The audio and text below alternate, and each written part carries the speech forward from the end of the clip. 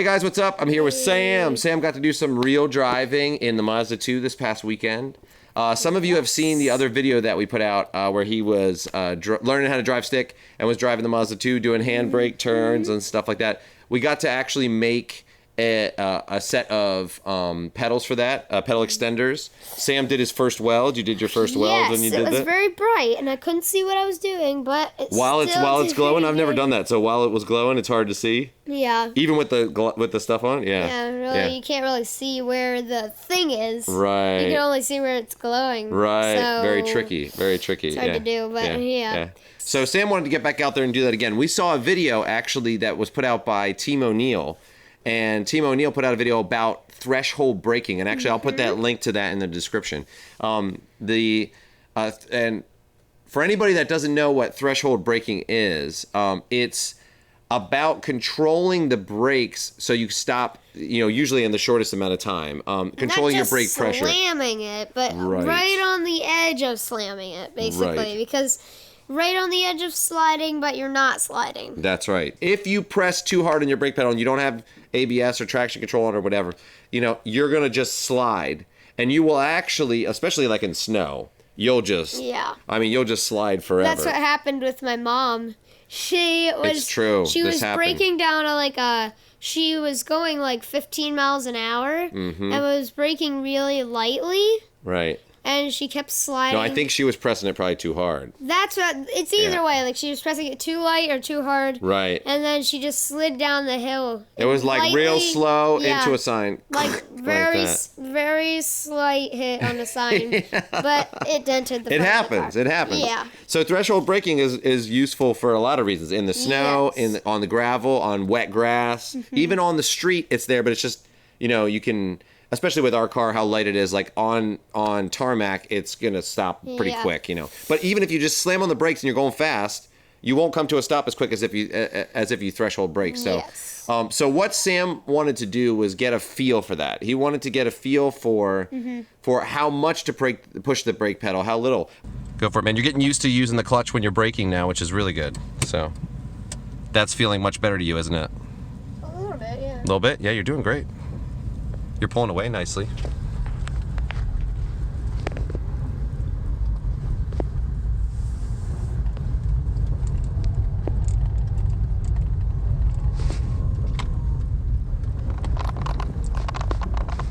Okay. All right, go for another run. And like I said, it's real smooth application. Real smooth application. Don't feel like you have to slam it. Ease into it and ease out of it. Oh, now that was a good one. That was a good one. You had a little bit of a slide at the end, but that was a very good one. Let's take a look at that. Let's take a look. Oh, that's close. That's better than your last one. That's better. So here's initial, just slamming it. Here's the initial, just slamming it. Look how far out. And he's going faster now than when he first started. And then we've got these. This was the previous one, which you can see is a bit further out. And yeah, that's getting close to that. He's doing great. You're doing much better. You're doing much better. And you're kicking up some dust, which is rally style. All right, let's just do some runs, man. If you have ABS, what ABS basically does is like an oversimplification, but ABS will just pump the brakes for you, basically. Like that. It's like you're pumping the brakes, so it's keeping it from locking it up. So somebody that doesn't really know what they're doing, they'll just mash the brake pedal. If they mash the brake pedal and the tires all break loose, whoop, you're just going to slide, right? Yeah. Now, if you brake properly and you're not reactionary and you just hit your brake pedal, which on a racetrack it's easier to not be reactionary. It's not going to be a surprise when you need to brake or on a rally stage or whatever. You can turn ABS off and you can be the pressure for the brake pedal. You can be the gauge for how much you need to brake and stuff like that. When the car's in neutral, you were finding that you had to press a little bit less, right? Yeah. So when you push the clutch in, or when it's just in neutral, you had to press it a little bit less. But what were your... It's harder to keep it in, without stalling, because you're telling me to shift into neutral and brake, which I've never really braked with the clutch on, so I stalled it like 4 or 5 times. Yes, that was different for you because he's used to left foot braking. So now when he jumps back to a real car and he's coming to a complete stop, he has to remember to shift his feet over. Yeah. So he has to shift his feet over to to the clutch, and that's different. To get used to. Right. It wasn't that many times. I think it was just the first couple times or whatever. I stalled it about.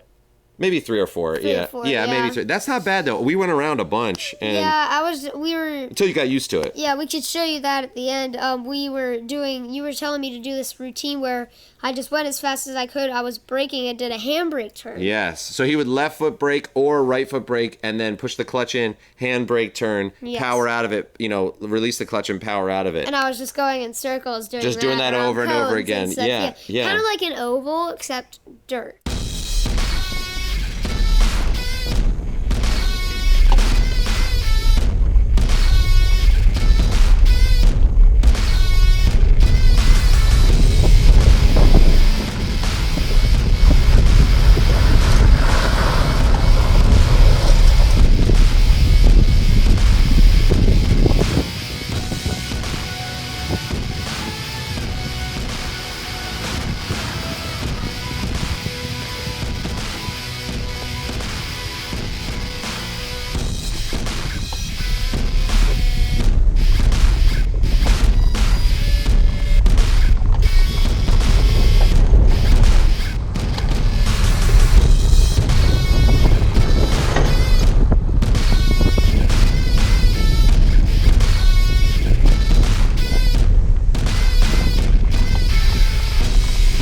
What's your take on, like, we don't have load cells on these particular pedals. They're really good, but we don't have load cells on these, so it's going to be quite a bit different from reality. And what's your take on, like, the sim versus reality, like, the feeling? Well, the brakes on it, I think, were pretty close. The gas, I think it should be a little bit harder to press on the sim because a little bit harder because it's a lot different in a real world. But So what's different, like, about the brake pedal? Well, number one, you can probably feel things through it. Yeah, you can feel where it's different. scraping, right? Yeah. If you slam the brakes and you're on gravel, you're on ice or whatever, you'll get that scraping. You get the audible sound, very clear. You get like you get the feeling in your foot, and you even probably get it in your butt. You can feel it a little bit in your butt, like the car going, or something like that. Yeah, on like rocky roads and stuff.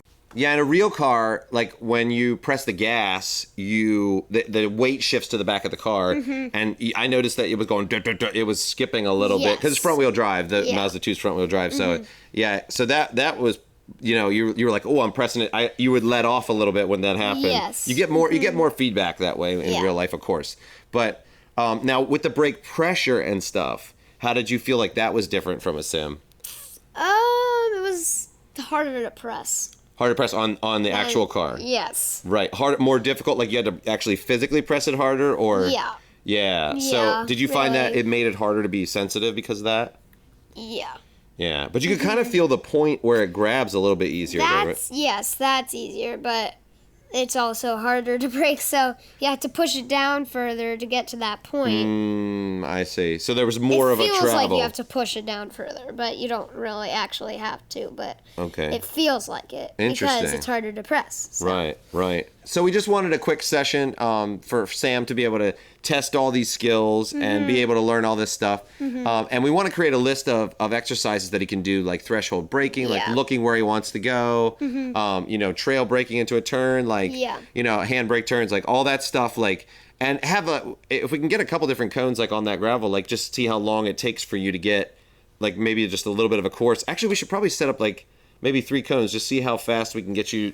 Maybe even like little chicanes or stuff like that. And that would be a good one to add to it too. We want to like have a set of skills, like just the fundamentals that Sam can practice, apart from going fast on the stage and apart from, flying 80 miles an hour. It's just car control, like just him learning car control. Because he's only 10. And so I don't want him going 80 miles an hour on the stage just yet, until you feel more comfortable with what you're doing, But you can definitely go around a couple cones and clean up your technique that way, and I think that'll probably help you the most. It's all the boring stuff that you kind of want to practice that, like the threshold braking and all that. That will actually pay dividends, I think. So, and the more comfortable he can get with that, the better it's going to be. The more when you actually do get a proper instructor, Sam Albert. I'm talking to you, Sam Albert. He will be Sam's instructor. When you get a proper instructor, it's going to be that much easier for them to teach you because you're just going to have the feel. We'll keep the videos coming. Sam will keep the real world driving coming, and we'll catch you guys next time. Peace. See ya.